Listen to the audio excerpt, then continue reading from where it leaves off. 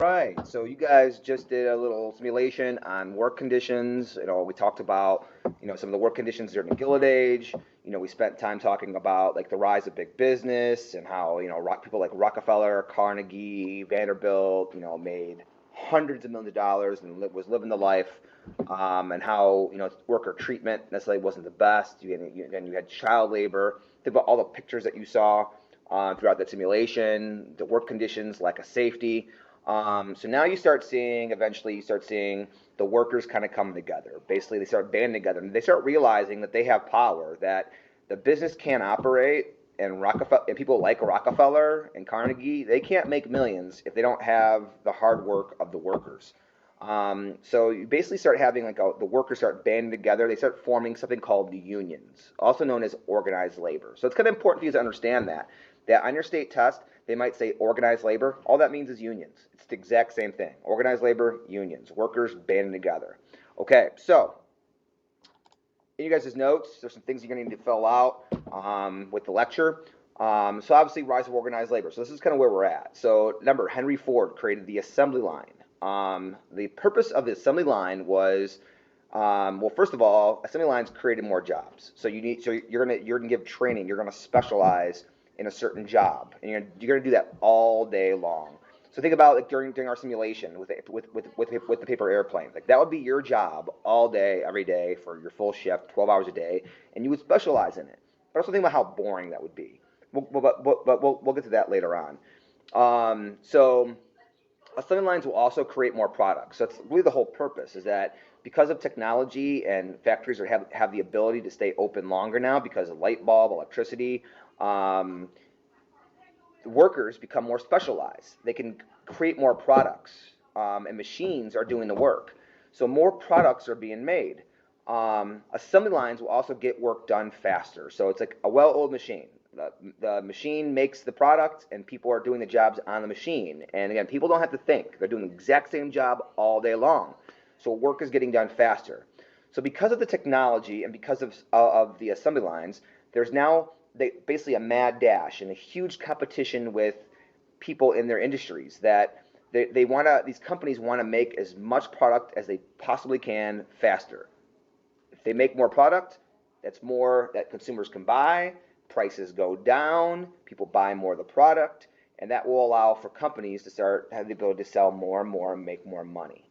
So think of it as like companies are competing against people in their own industry to make as much as they can and to invest in the technology to allow them to grow, to have them have a bulk of the market.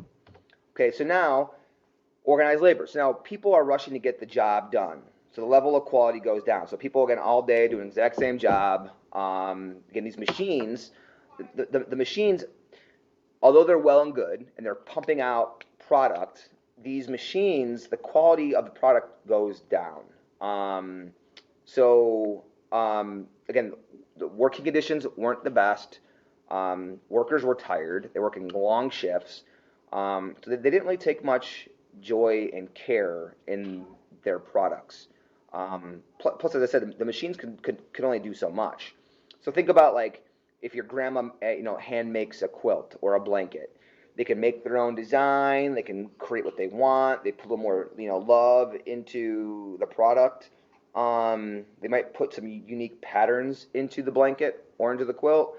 These machines don't. They give a very easy kind of pattern that's easy to make.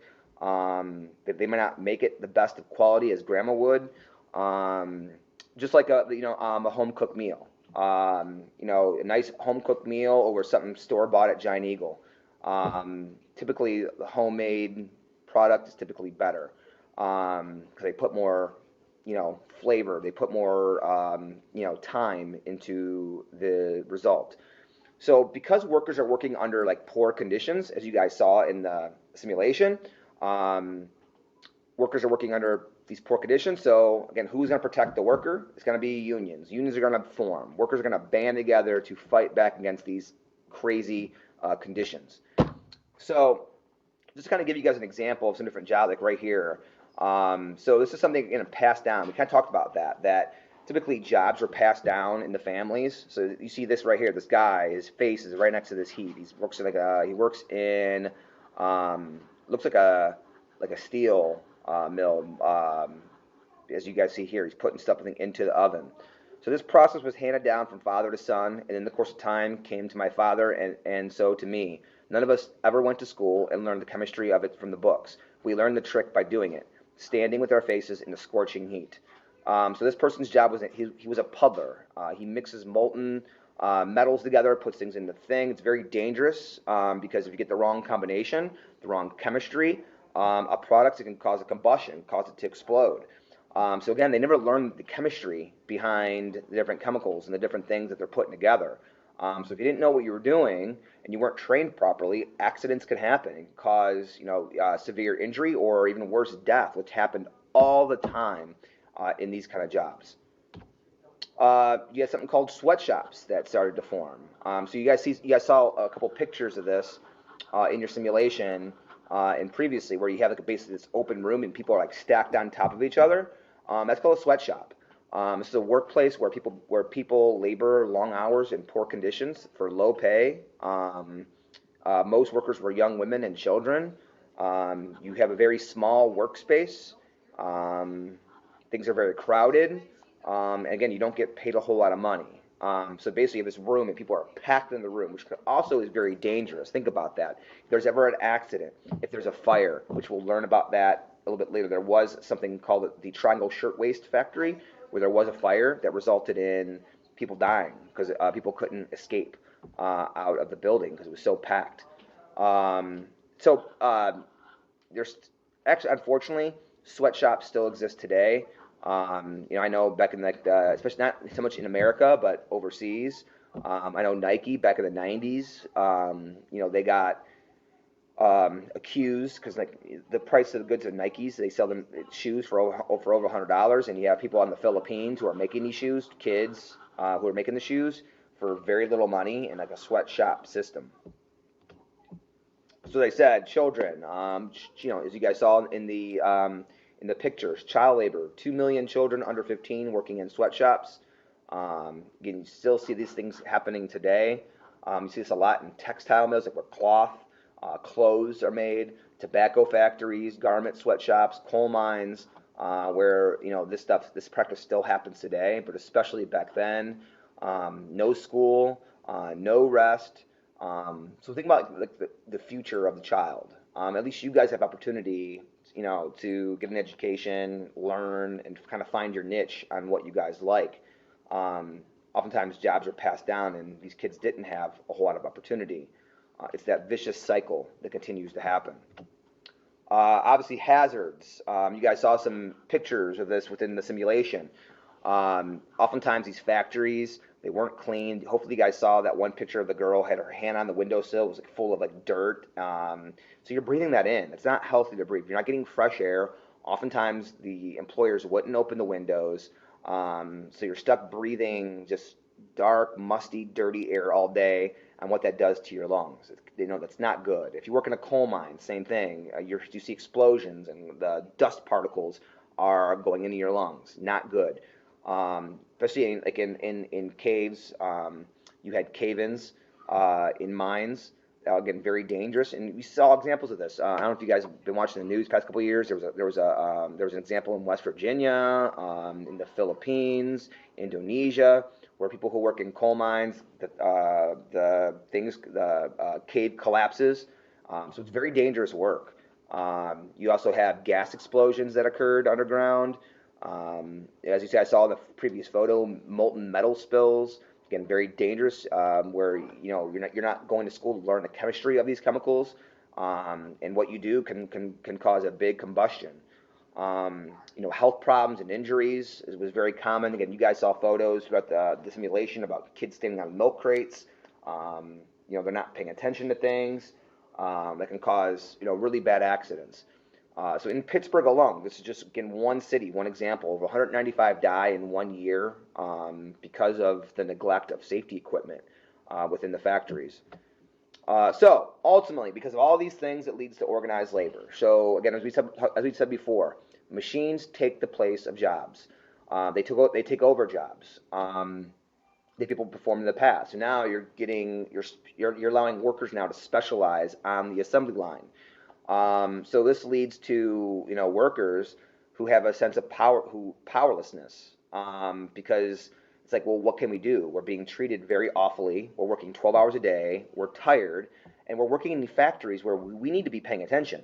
So like, think about that. You work 12 hours a day. You get very little break. You get very little money, and eventually you're going to be tired. And if you're tired and you're not paying attention, your hand slips into a machine. You're dead. If you're not paying attention, your shirt gets caught in a machine. You're dead. So this is very, very dangerous work. And oftentimes the employers didn't care. It was your life.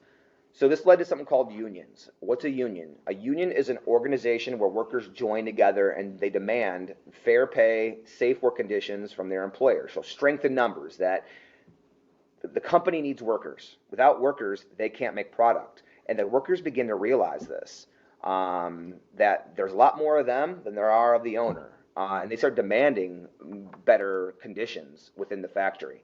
Now, here's a key thing. Again, guys, this is very important. With unions, star it, circle it, highlight it, do whatever you got to do. This is a Power 25 term on your air test. You need to know what unions do.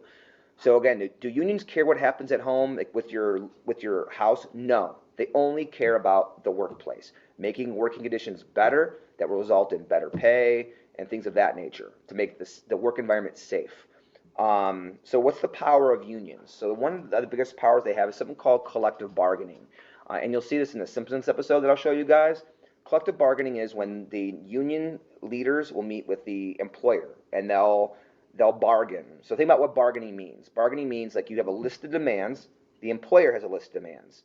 Bargaining means you got to give and take. You won't get everything you want. You'll get some things that you want. So the collective bargaining process happens first, and then if things don't work out in the collective bargaining meetings, and both sides aren't willing to bargain, that can lead to a strike, where workers organize and refuse to work because they go on the picket line. Now, if you go on strike, you don't sit at home and you don't eat bonbons. You actually go to work and you stand outside and you picket the place. So that's kind of key for that. Think about what we just went through with pro baseball. Baseball had a lockout where for the first couple games, like the first week or two of the season, was basically canceled because the baseball union refused to play because of the contract was up, and pro baseball wasn't willing to work with the union, and the union wasn't willing to work with them. It led to basically a strike. So this stuff still happens all the time to this very day. So again, this is also very important. Unions fight for better pay, better work conditions, and lower work hours. Those are the big three. Again, you're going to be asked that on your state test. You need to know that. Unions, better pay, work conditions, lower work hours. Again, they don't care about your apartment and what kind of car you have. They care about the work environment. All right, last but not least, did I miss something? All right, right here. So a couple examples of unions. The Knights of Labor. This is a couple of the big ones. You might see these on your state tests. So kind of why I kind of included it. So the Knights of Labor, 1869. It was formed. This is one of the bigger unions. Obviously, they formed to protect worker rights. Terence Powderly was the president of this union. And one of the things that they did, they won 8-hour workdays with no child labor. So this was the first union to accept all races and genders. So women, different races, African Americans could all join this union. And again, this union fought for better pay, no child labor, and they won. So this was a big monumental step in the right direction for unions. The American Federation of Labor, their leader was Samuel Gompers. And now this was a little different compared to the first one. They only allowed skilled white workers into this union. And they did win shorter work weeks and collective bargaining rights. So 1.5 million workers were a part of this union. But again, notice only skilled workers. If you were non-skilled, work in a factory, that you didn't count. You couldn't join this union. And then finally, the ARU. This is a railway union for the railroads. This was Eugene B. Debs. He was the leader of this union. And again, same thing. This was only for skilled and unskilled white laborers. So if you were African American, if you were non-white, you could not join this union. So some of the unions, unfortunately, were very restrictive. Not all, but some of them were. All right. So anyway, once you have this is going to be it for today. We're going to do a Simpsons episode.